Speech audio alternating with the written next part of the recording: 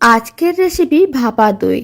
এইভাবে একবার ভাপা দইয়ের রেসিপি বানিয়ে দেখতে পারেন, স্বাদ হবে সেরা। প্রথমে একটা বড় সাইজের ছাঁকনি নিয়েছি, তার মধ্যে 500 গ্রাম টক দই এইভাবে রেখে দিতে হবে যাতে জলটা ঝরিয়ে নেওয়া যায়।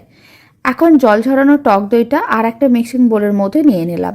তার মধ্যে দিয়ে দিলাম 100 গ্রাম গুঁড়ো দুধ, আর আমি দিয়ে দিচ্ছি 4 চামচ চিনির গুঁড়ো।